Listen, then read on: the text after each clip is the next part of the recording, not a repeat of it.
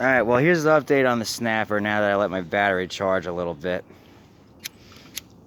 I gotta get one of them battery banks for this phone.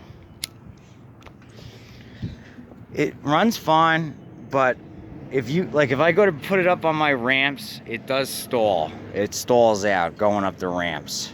It's not supposed to do that. That's because you could see somebody had over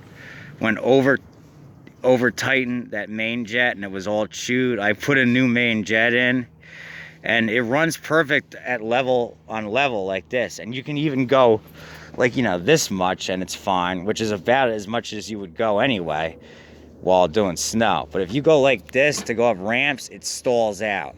It's not supposed to be doing that, and I'm not wasting another carburetor. I don't even think I have one to waste, but if I did, I'm not wasting my last 8 horsepower carburetor to fix this.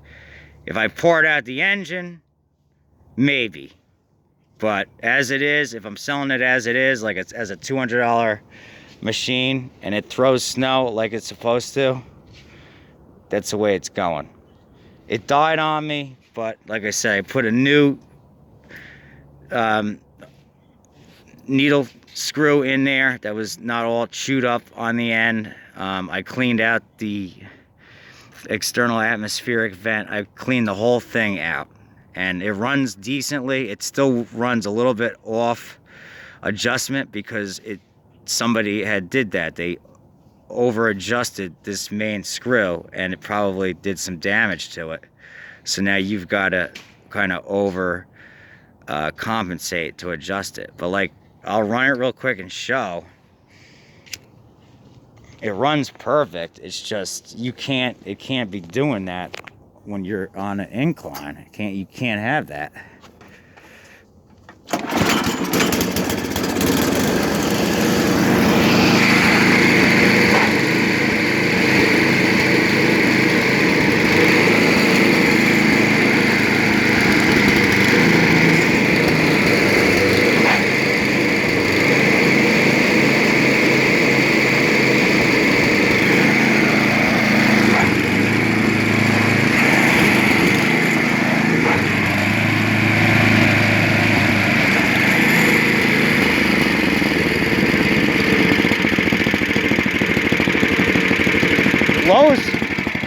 Low's perfect because low didn't get messed with. It was the high speed adjustment that got messed with. So low's fine. But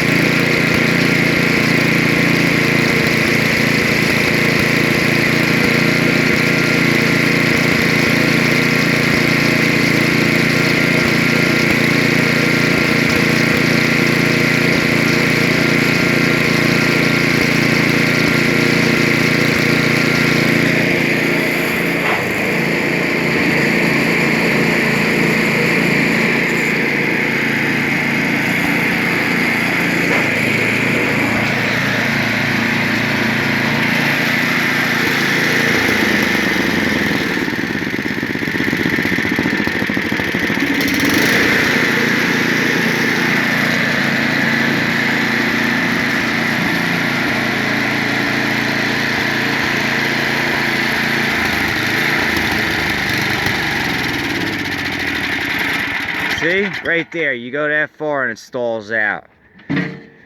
Normally, it wouldn't do that. Now, you wouldn't really ever go that high up throwing snow. You know, you might go up a little bit. You're not going to go like this. This is like only if you're going up ramps. So, since I know it's only for that, I'm not going to mess with it. If it was doing it, you know, 2 inches off the ground, yeah, I'd have to deal with it. But as it is, it's good enough. Somebody, you know, that's what you got to be careful when you're adjusting these things. Whoever it was didn't know what they were doing.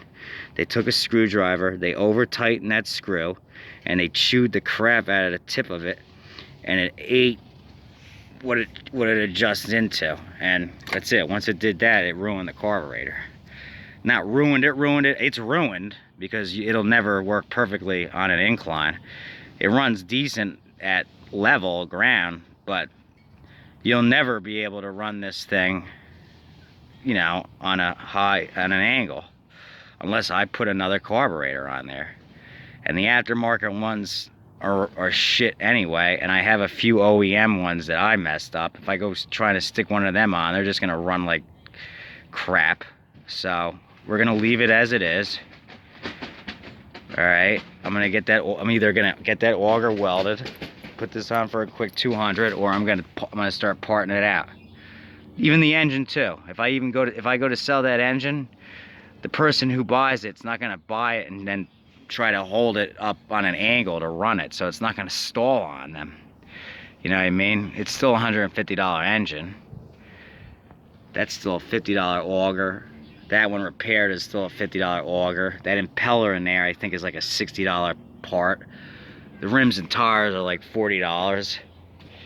The gearbox itself, I know I've seen them being sold. I forget how much they were. I think they might have been like 60 bucks for a gearbox. These handle grips are in perfect condition. I don't know how much they're worth. The chute, like I said, that one's in perfect condition. That's probably got to be 30 bucks. I've got a spare of, I'll take the skid shoes. I'll take the I'll take the skid shoes for myself. I'll take the belts for myself as spares. Anything else? That's about it, I guess. You know, odds and ends. The whole bucket assembly, I've seen them being sold, I think, for about 150 bucks. They get all bent up and out of shape. So I think I've seen them being sold for like 100, 150 bucks. So this whole bucket assembly, that's like 150 bucks. Do the math on all that stuff I just added up, parted out. Or if I just want to get rid of it real quick, boom, 200. Come and take it. Solid snapper, throw snow, great. Just to get it the heck out of here. One or the other. That's how it's going. But I figured I'd just do that update, because there's sometimes where it's not worth it, you know? I mean, it works good enough. You see, on level ground, it's running perfect. You know?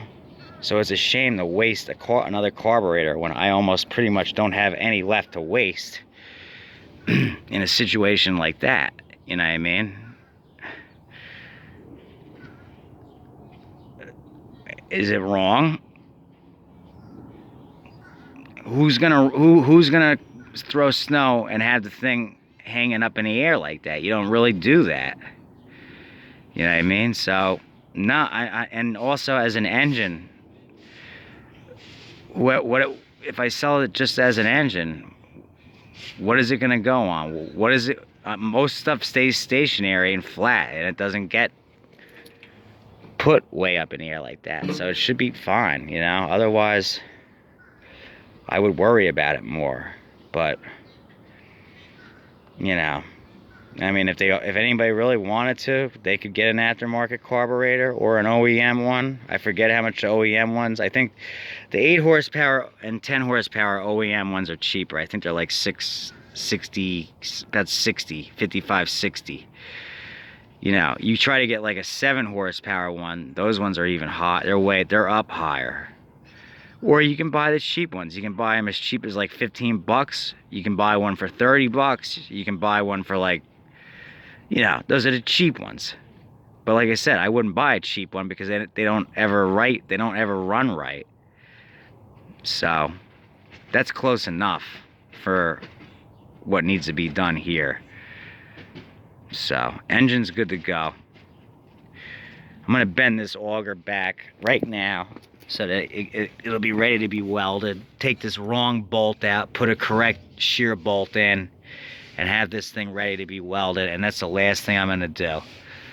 The scraper blade, it is definitely worn. I'll even it out a little bit. But even the scraper, even though it's worn, it's right by the pavement, and the skid shoes are right where they need to be, so it's ready to go. It's ready to throw snow. So yeah, it's a quick $200 special for somebody who needs a good snowblower next winter, right now. Because this is the one I'm giving my buddy, and I was considering offering him that one because those are better machines when they're fully functional than that. But I'm not going to give him that with problems. If it just needed the weld, sure, I would have gave it to him. He would have welded it. Boom. Then he could have bought himself a new scraper blade, put chains on the tires, and it would have been fine. It's not the prettiest, perfect looking thing, whereas this one I made a lot prettier. But from a mechanical and throwing standpoint, that's a better machine than this. This one's okay, but look, you got a plastic chute.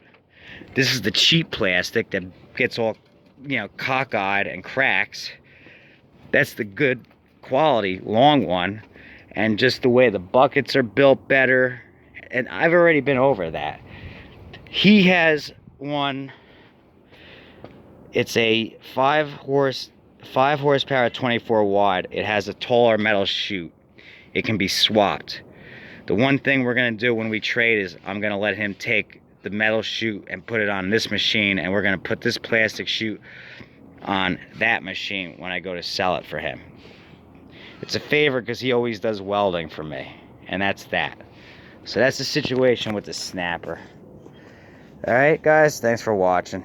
I know, yeah, the carburetor, you should do something about that because it shouldn't be stalling out if you're putting it in the air like that. But, like I said, you don't usually run an engine that far away from level.